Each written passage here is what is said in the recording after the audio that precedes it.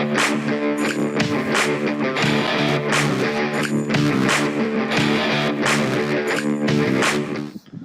didn't have a chance because the deck was still wet, but here's a completion video of us scrubbing that deck. We're going to put stain on it, but take a look and he'll walk you around. That's what can happen if you do the scrubbing with that OxiClean or sodium bicarbonate, and scrub your deck down instead of pressure washing. Say, if you notice, this is not, none of the grain is standing up to speak of. The soft part of the wood is still there, and we're gonna paint the white trim and then start staining the handrails, and we'll do a video on that.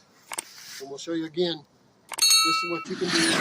True Americans, not Americans.